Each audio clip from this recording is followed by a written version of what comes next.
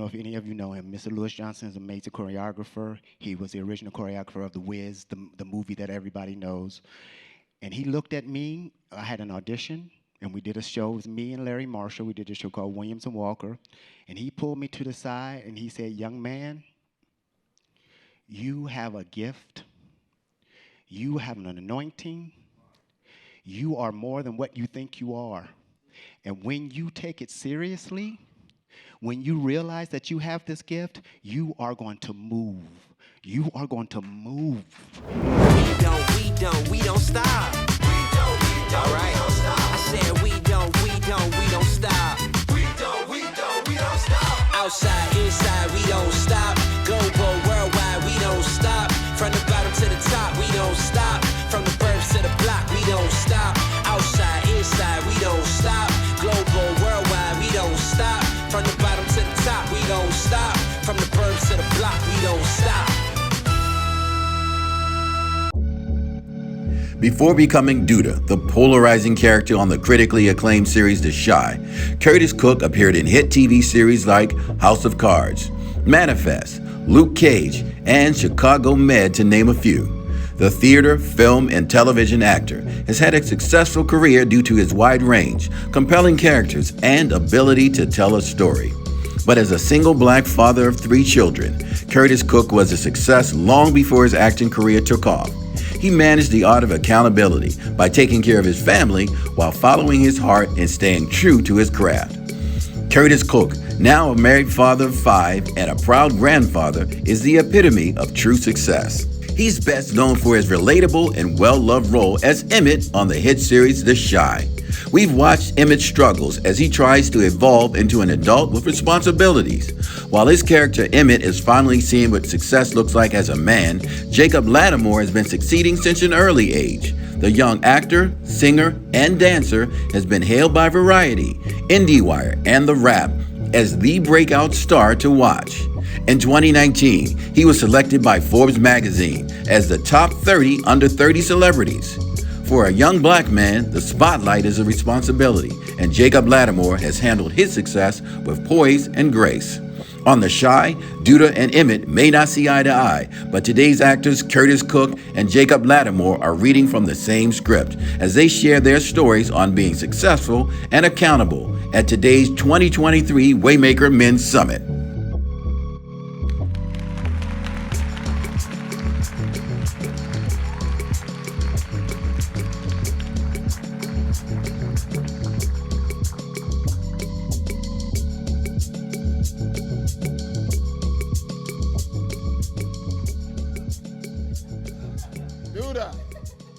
Duda and Emmett, how y'all doing? Yeah. Hello. What's up, y'all? 1 2 1 2. What's good? Hey. Awesome. Thank you, brothers, for coming today. You are in the entertainment business. You're on strike right now. What are you doing while you're on strike? Besides being at the Waymaker Men's Summit. Hey. First and foremost, being Curtis, here at go the ahead. Waymaker Summit. Secondly, trying to keep my sanity, you know what I mean, in my peace. This is the first time in a long time I get to sit and look at my grandchildren and watch them grow and tell them to get off of shit that they ain't supposed to be on, as well as hug them and love them and spend quality time with them. And my wife appreciates it too, because she gets to tell me to get out the house a lot of the time too. Yeah. I'm actually a big brother. I'm a big brother now, man. 2 little sisters. One of my little sisters is 5, and then one is 3 weeks. So Harmony and Zalila. So just being able to be around family. Honestly, I've been able to just kind of enjoy the fruits of my labor. You know, I think that's been the beauty of this moment. It's a scary time. It's a pivot into. You know, we don't know what the industry will become, but it's exciting.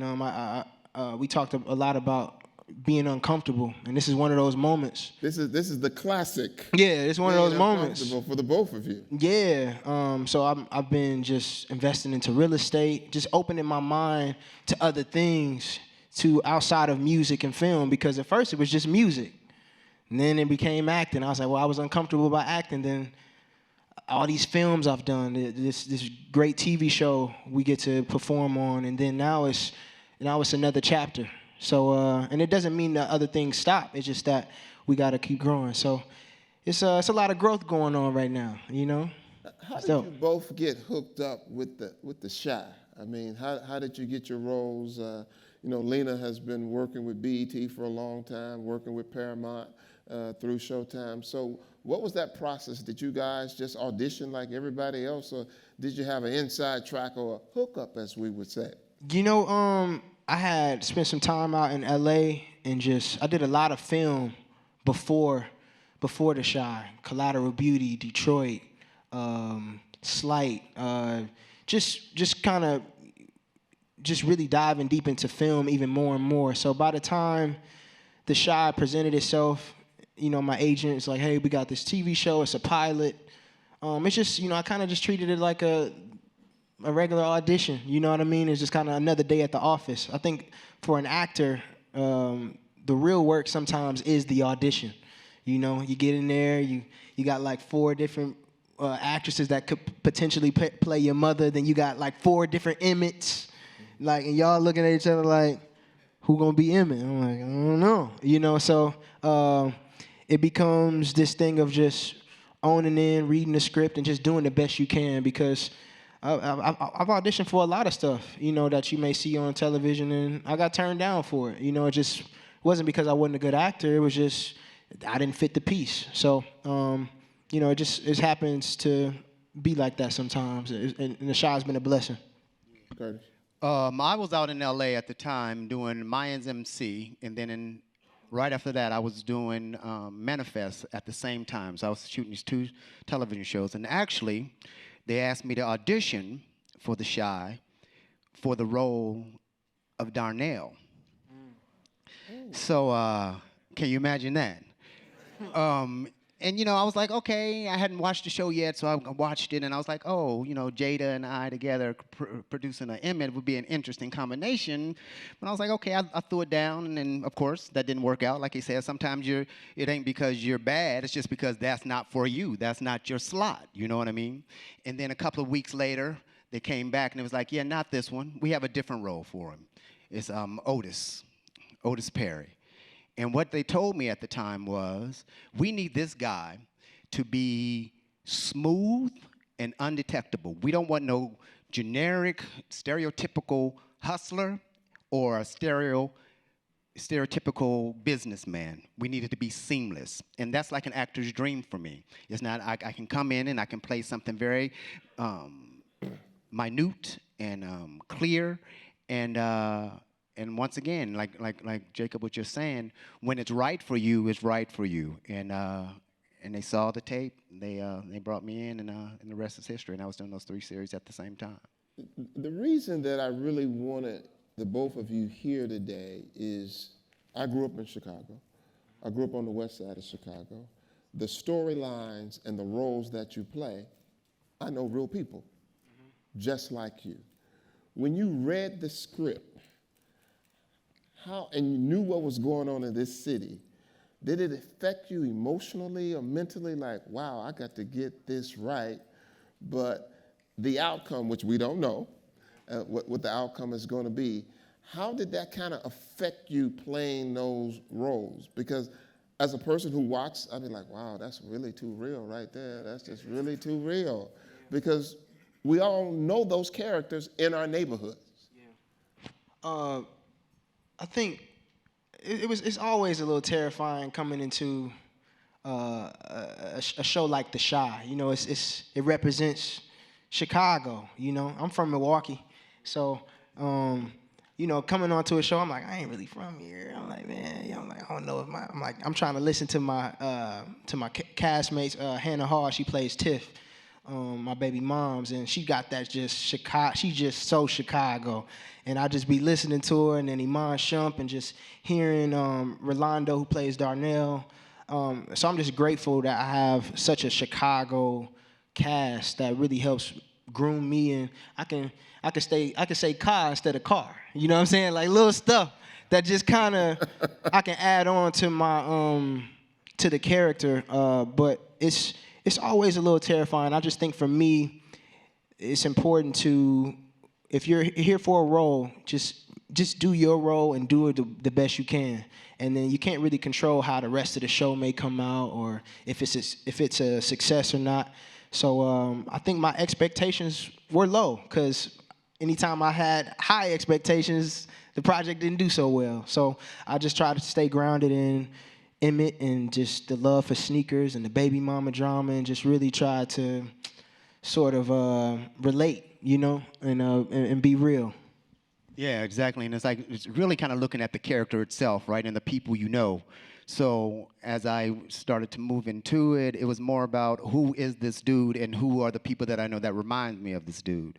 Now, if I really get into all the stories, FBI might come in and take my ass out of here. They'd be like, "Oh, you knew him?" I'd be, no, I didn't know him. I didn't. But it's finding the relationships, you know what I mean? And then once those relationships become honest, Chicago, the south side of Chicago, I grew up in Dayton, Ohio, on the west side of Dayton, Ohio. So a lot of that is urban city USA, unfortunately. You know what I mean? They kind of put us in certain areas and make us have to fight and do certain things to make a living. And that's universal, you know what I mean? So I was really just kind of tapping into my family relationships and the people I knew growing up and some of the people that I had to deal with growing up to get out of Dayton in order to bring this guy to life for the most part.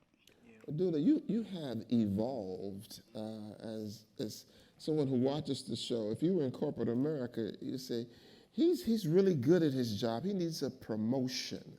And so how has that affected you personally? Or can you sort of separate? People talk about Denzel gets so deep into his roles that sometimes he really, for a minute, then forgot who Denzel really is. Do you get that deep into your roles? I do. And sometimes when I was younger, it was dangerous. I used to do things unnecessarily that would hurt myself and maybe people that loved me. And as I got older, I'm 55 years old. As I got older, I started to realize that I didn't have to go that deep, but there is a part of myself that I have to open up and have access to. So when I get to Chicago, I try to find an environment that is as close to what Duda or Otis Perry would live in as possible. I try to make sure that the people in which I talk to, that there's an on and off button, especially this season. So when I come into the space, is really, sometimes I'm a bit of an a-hole, you know what I mean? I'm direct, I'm straightforward, and I have to kind of live in that space sometimes. Jacob can attest to this. Sometimes you might say something and my response might be a little curt, and I have to go back after the end of the day and be like, I was joking, that wasn't me, that was Duda making that comment about you. I didn't. Emmett, how you take that? No, I totally understand. I think when you start to get a feel for your cast, and you're sitting in those cast chairs on set, and you see your cast in the corner getting ready for that big scene or that monologue, you start to build the respect for why we're all here. Like we're here to have fun, we're here to be together, but we're also here to take our careers to the next level, and we want to show our best, and we want to make sure, we're giving our best every day because we're here on someone else's dollar, and this is important to us. This is what we worked for. So you learn not to take it super personal. You just it's the show. This is our lives. We spend maybe 4 or 5 months a year, every day. If it 12 hours and 13 hours sometimes. Yeah, even if you're not on set, you at home reading lines, getting ready for the next scene. And so the work never really stops. I would always say coming from music into film is just, to me, it's been way more discipline on my personal lifestyle. It's kind of kept me out of certain situations that music is like, I'm a rock star with music. I could be in the club and the video shoots and all this, but with film, it's reading, working out, go to bed. That's it.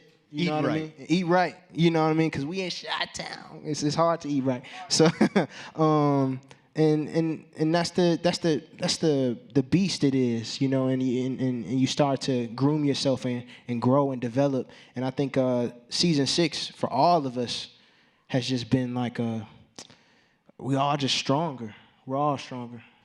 So has season 6 Emmett help you better with your acting? Because it is a role that you had to play to sort of fall into the web. Yeah, no doubt, no doubt. Mr. Cook over there, all right? Yeah, I mean, season 6 Emmett is totally different from season 1, you know, and we're not done. Got 8 more. Yeah, we're not done. But it's an ongoing process. It's a great place for me to keep learning and keep sharpening my skills and just be around great film actors who are more seasoned than me, you know. Being in the entertainment business, how important have Waymakers been in your career? People who've helped you get different roles or get different places. Nick Cannon this morning talked about, he called Will Smith to get the role of drumline, the rolling drumline. And, you know, how important have people in your life been in making a way for you to continue to grow in this business? Majorly important. And even before I started to do it professionally, I had high school teachers. I always speak highly of Miss Patricia Copeland, God rest her soul. She's one of the people that once I got my scholarship to London, England to go study, when I came back, I was speaking with an English accent. And it was the best English accent you ever hear a little black boy from Dayton, Ohio have. Let's hear a little bit of Okay, it. that was a long time ago. And then she pulled me to the side one day, and she said, Curtis, it's beautiful that you can speak like that. It's beautiful that you're learning this new information. But you know what? Don't forget where you come from. And I said, well, thank you, Miss Copeland. I will never forget where I come from. I really appreciate it. I had no idea. It went totally over my head. It wasn't until I became a grown man and I got to New York City and I was getting door slam, trying to be somebody that I wasn't, that I went into the room and just said, you know what, forget this. I'm just going to give y'all what I have. And it was who and what I was that was, I didn't get that gig, but what it did do, it made people look at me differently. And it was what she was saying. She was like, who you are and what you bring to the table is going to always be enough. So it was one. So she is definitely a waymaker for me, Miss Patricia Copeland, who pressed me out of love to make sure I look at who and what I have and what my family has brought and given me. That is just as important as anything else that comes from the outside in. Okay, Man, huge. only do it. Yeah, it's definitely started with family for me. My mother, my father, my grandfather. You know, it's just a praying grandfather, you know, always going to the book about it, you know. So similar advice. Never forget where you come from. Never forget God, you know. Whenever you get to Hollywood, make sure you praying more than ever, because he said, you in the field. He said, you in the field, Doc. That's what he said. You in the field, Doc. You out there. And they out there, you know. So it's having that spiritual ground, and having a sort of spiritual waymakers around me who are constantly praying for me and constantly holding me accountable to say, hey, Jake, you really shouldn't be doing that. You grown from that. You shouldn't be hanging around them. That ain't really, you can't take them with you, you know. And that's a big lesson I've learned being young, that my friend group has shrinked. You know what I mean? I still keep in touch, but you start to realize that, hey, we may not be on the same mindset, you know, and that's okay. Everybody's growth is different, but I have to lead by example and show that, hey, I have to set these boundaries here because I'm trying to get here. Okay. You know, so it's waymakers are everywhere, man. And I would say it started out family, but industry-wise too. Like, I was able to work with Will Smith, like a great person. I wouldn't even say he gave me advice directly. I was just watching him, you know. It was just like, oh, he walks into the room, shakes everybody's hand. I noticed it. Like, it's even when he may not even really feel like it. He's constantly pouring in, and I think that is a waymaker. That's a leader. Was that before the slap or after the slap you worked with him? Oh, man. Okay, that was too much. Oh, okay, my man. bad. Come on, man. It was before. You went on and answered it, though, didn't you? Queen Latifah's longtime agent and partner, Shakim, Kapir came and graced the stage, and one of the things he told us as a secret to success, he said, entertainment industry, one of the things I advise people, never take advantage of everything that's available. Leave some of that on the table. What are some of the things that you have had to leave on the table that were available? Wow. Okay, a whole lot of things just crossed my mind, and some of them might be some children in here I don't even need to say out loud, but a lot of things just went across my head. But I will say this. I had an opportunity to do a Broadway show. I did it for 2 years. They wanted to hire me on for a few more years. When I first got to New York City, all I said I ever wanted to do was Broadway, nothing else. I didn't want to do television and film. But when our opportunity came to continue on with this major show that's still running to this day, I had to believe in myself. Nobody wanted to hire Curtis to do television and film because he was a stage actor. It was like, no, you're a stage actor, that's the only thing that you could do. It was me. I had an agent at the time who wouldn't send me out for television and film. I had a manager at the time who told me it would come later. I had already had 2 children at the time. I had to believe in myself that if I left this show that was paying me regularly, and it was a Broadway show, that I would be afforded the opportunity to do what I know that I could do. So I had to leave that check on the table. I had to leave all of that without anything. I didn't have anything else. And it took me a couple of years before I even got a real audition for something that could make real money. But that is something I definitely had to leave on the table, and it was only in believing that I could do this. I know that I can do television and film. I know I have the capabilities to do that, and I'm proud to say it worked out. It worked out for me in the best interest.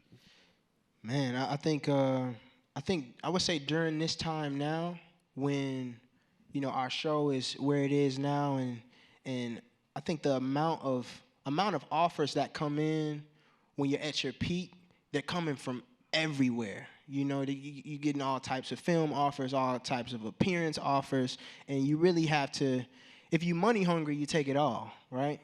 But when you're purpose driven, you're selective, and you're like, that money's good, but that's not aligning with where I'm going. That's not aligning with my purpose. That's not aligning with how I want to impact the world, So that's a constant sort of daily, I would say, decision making, like every day, because when I got this email, I said yes, because I ran into Lewis in a restaurant, and he was like, "I'm gonna hit you," and I said, "Bet."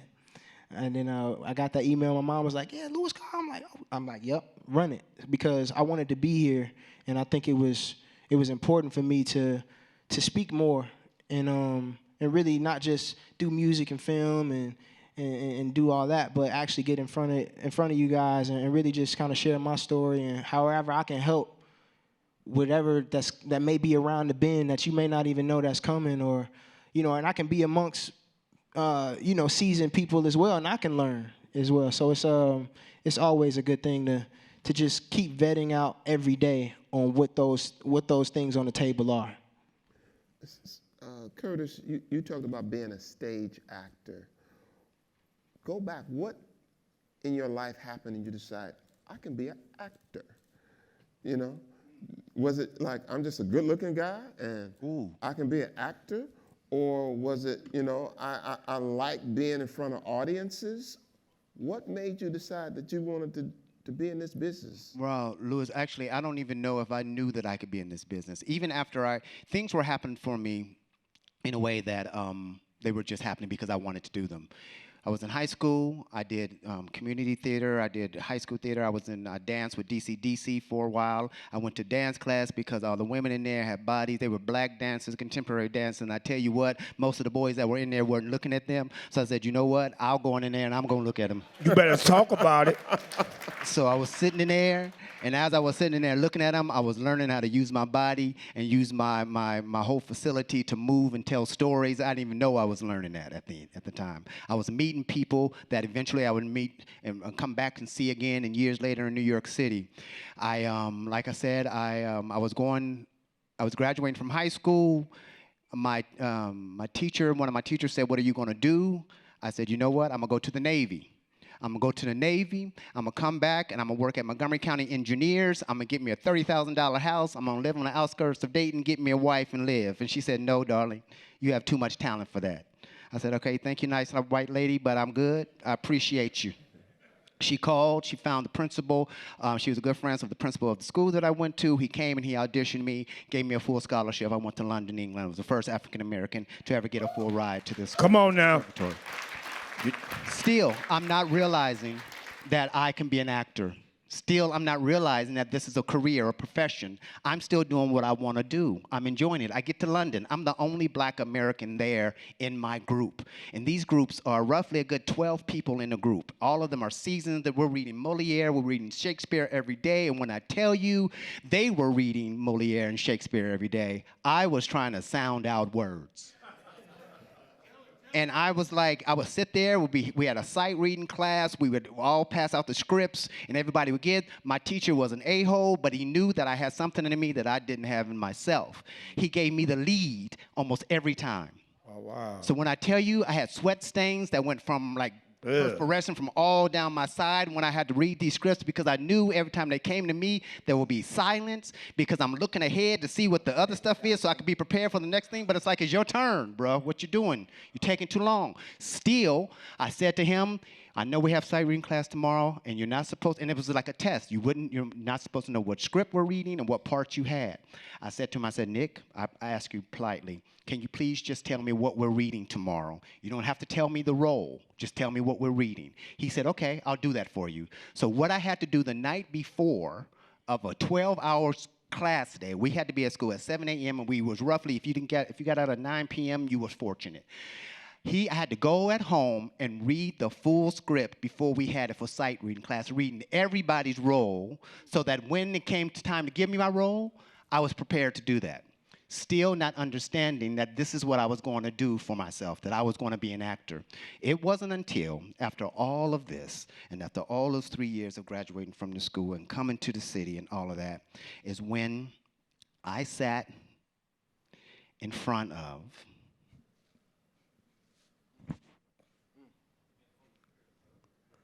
Take your time, brother. Take your time, because we have church yesterday. We can have it again.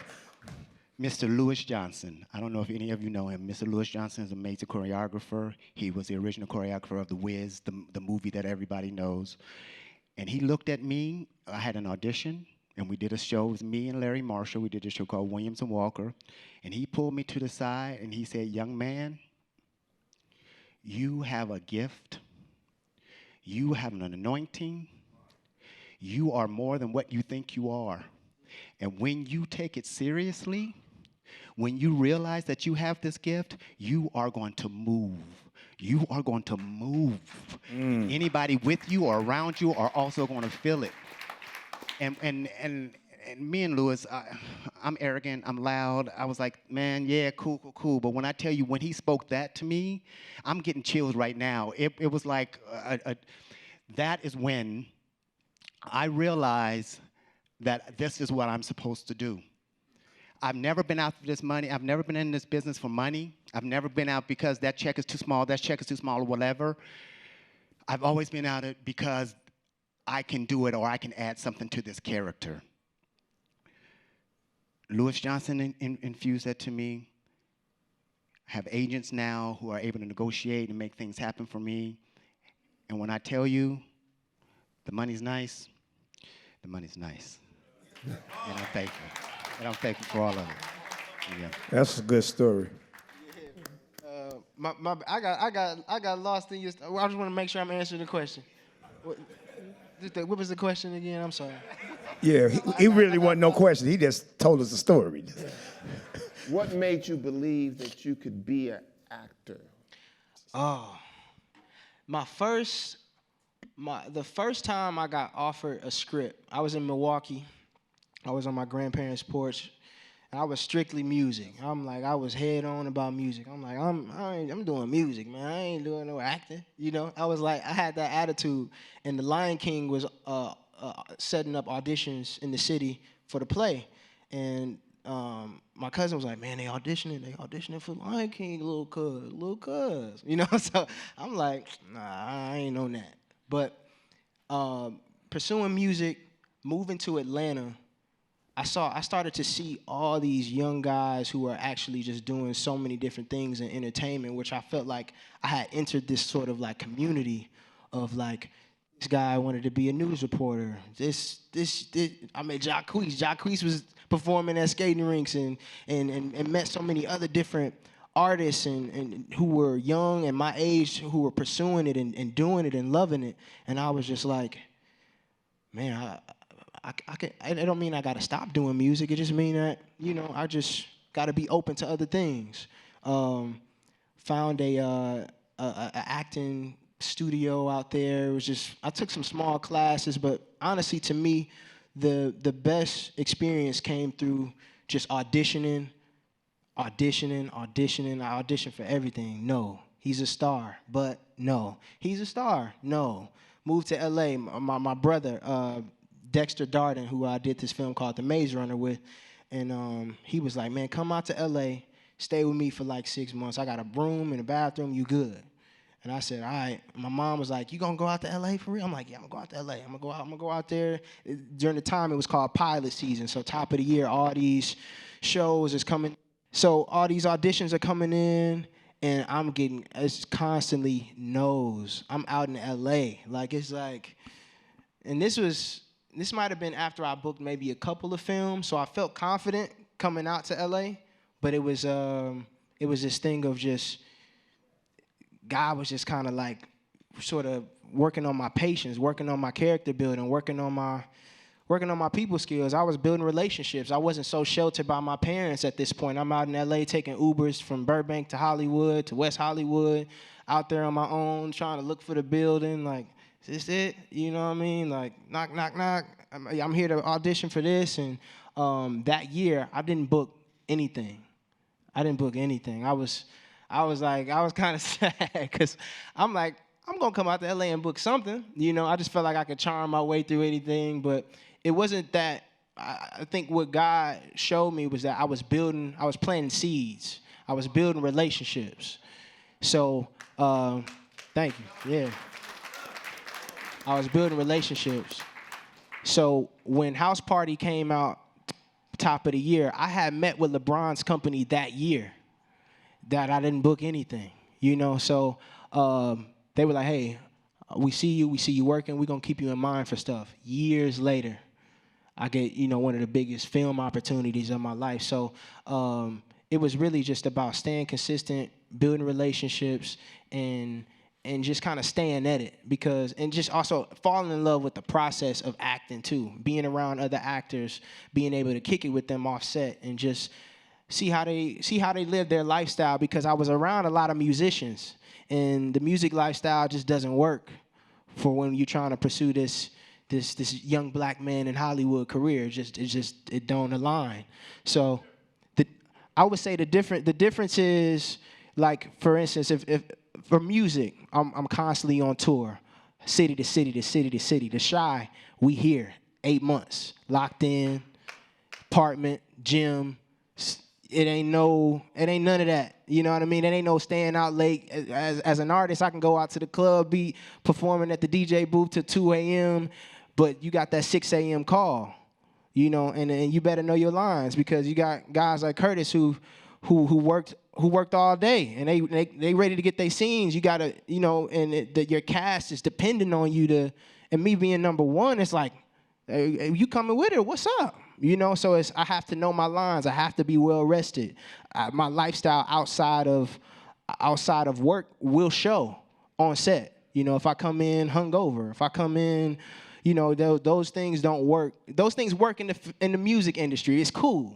You know, it fuels your album sales. It fuels everything. But with film, it's a much more disciplined lifestyle, clean cut. You know, it's discipline. You get to the bag. You know what I mean? you do what you got to do. So it's and I'm grateful, because it's helped me stay more disciplined just in my personal life as well. Because I'm like, hey, you know what? I actually don't even need to go out to that club tonight, man. I'm cool. You know, so it's one of those those decision-making things for me. So Curtis, Jacob just talked about you working all day. You know, a lot of people don't believe that the entertainment industry is like hard work, all right? They may think it's long hours, but they don't think it's hard work. I was talking to Sean Puffy Combs one day, and he said, Louis, I'm not better than most people. He said, I just outwork everybody. He said, when I think they're sleeping, I get up so I can get some extra hours in to outwork everybody. Talk about the work ethic that you have to have in this business that people just seems like it's just fun. Like you just show up and have fun. Yeah, like Jacob was saying, your calls 9 times out of 10 is going to be around about 4 or 5 a.m. in the morning. That's the first thing off the bat. You're going to have to be at work by 4 or 5 a.m. on an average, right? So that's the first thing. Then there's the sacrifice of family. Because of that, there's birthdays, there's get-togethers, there's all kinds of things with your family that you're just going to have to, and you're in Chicago and they're in New York, that you're just not going to even be able to attend or be around. So that sacrifice is included into the work. Then there's what is your character doing? Why is your character doing that? When is your character doing that? And have ideas of doing that at least 3 different ways when you get there on the set. Not just, I know my lines, I'm ready to go, let's do it. Because let's say you get there at 5, right? Let's go just from the basics. You get there at 5. First thing you're doing, you're probably going to hair and makeup. You're going to go and get your hair cut. Oh, that's easy. Everybody can get a hair and makeup. No, you sitting there all day and you letting this person brood over you. And you thought your hair was fine, but now they done cut it in a way that you don't want it to be cut. And you're like, oh, damn it. Now I got to look like this. Now you're going over to hair and makeup. Now you're going to makeup. And you're like, okay, you know what? I don't want no makeup on. I'm good. You know, this is real life. And they're like, nope, you need to have this. So now you're looking at your face is all different. So all of that is mental pressure, right? Which is part of the work. We're just going from the basics. So you get out of that, now you got to go and put on your costume. You go and put on your costume, it's not fitting right. It's ill-fitted. It's a little too tight. It's a little too whatever. You're like, hey, so now you got to call the person to come in here and bring you into different shoes because your feet hurt and you can't stand up. And you get there, you ain't even made it to set yet. You ain't even started saying no lines. And all this is already messing with your mind and your day. You get out and you see somebody over there and they having a little attitude and they want to talk to you about something. You're trying to be nice and you're like, okay, now I'm trying to get over here to set. But no, remember last time when we did, yeah, no, but let me just get, you ain't even worked yet, right? So this is your day. Now let's get to the set. You get to the set.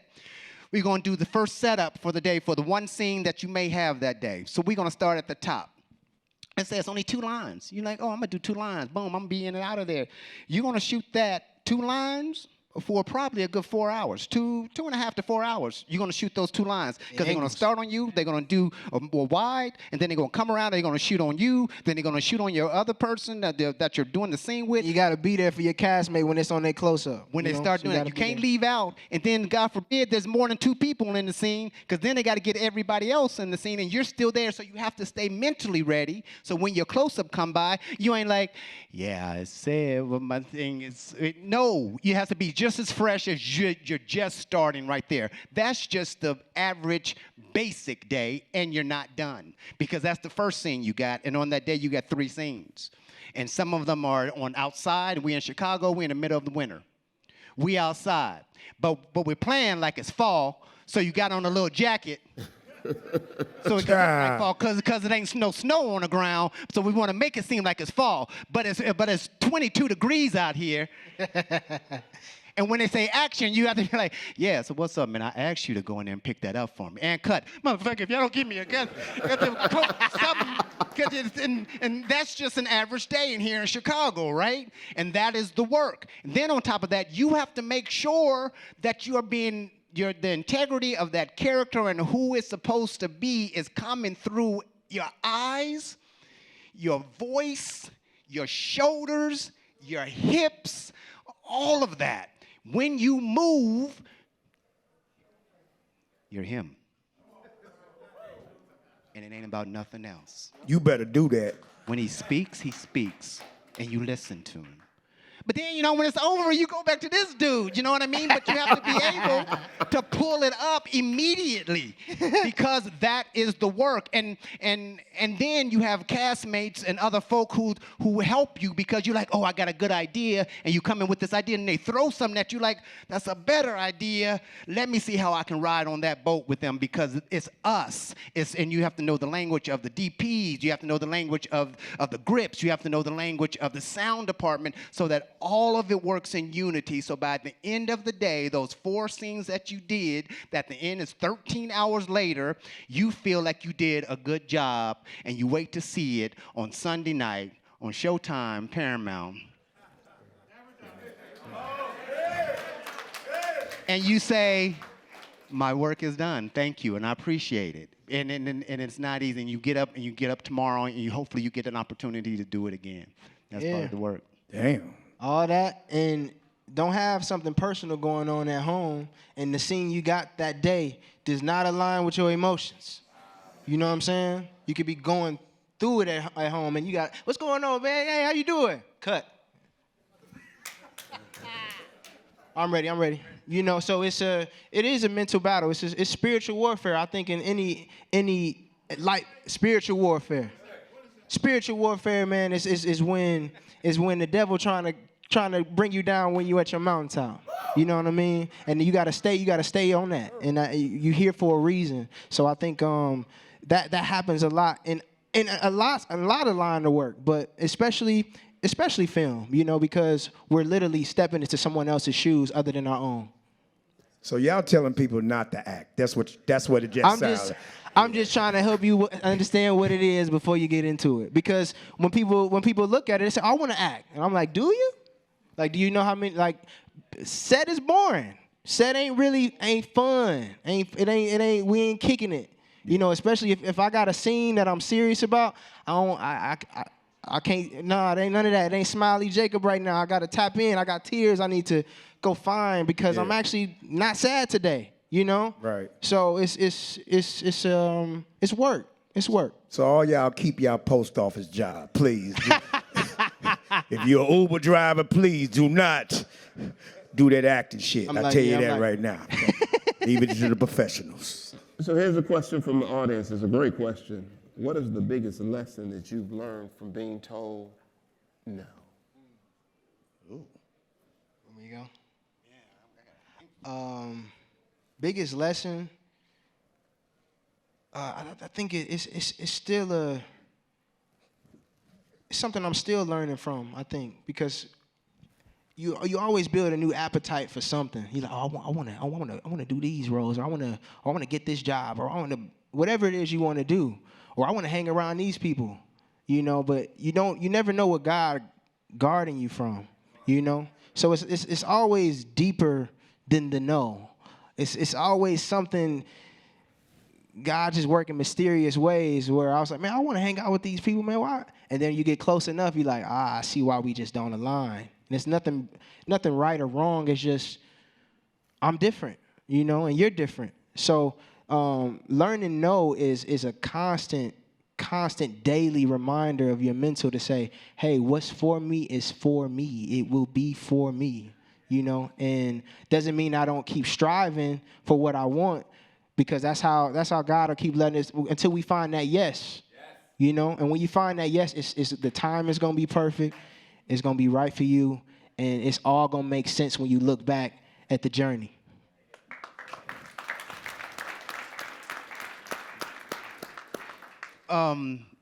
First thing that pops in my mind right now, thinking about it, I think the biggest lesson I learned in the acting field from a no was that I could.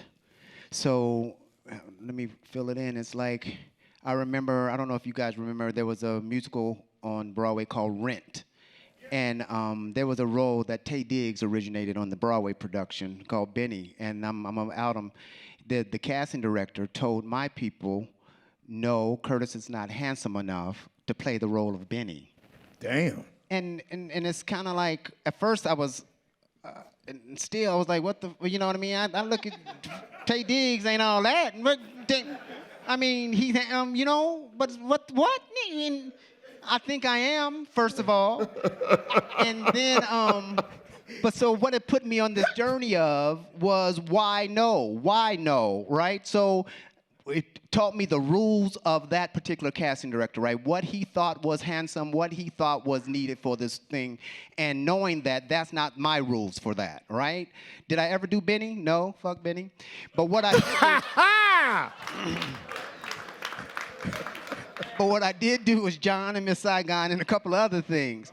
But hearing the no, it also tells me, makes me focus on why, right? Is it because I cannot do it? And if I can't do it, can I learn to do it? In the business I'm talking about primarily. And if it's no, then maybe that's something, I'm never going to be able to sing like Luke James. That just ain't going to happen.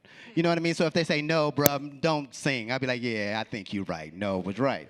But once again, I'm trying to figure out why the no and make sure it's because it's something that I'm not able to do or it's something that I need to learn how to do. And then after that, I'll move forward from there. It's a lesson. The no is always a lesson for me. So I just try to look at it that way a lot of the time.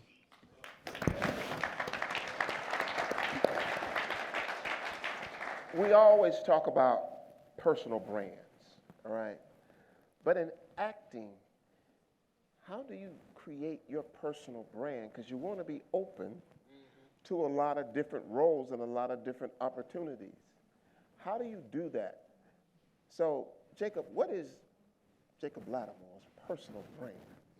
Man, I think I'm constantly defining that every day, especially.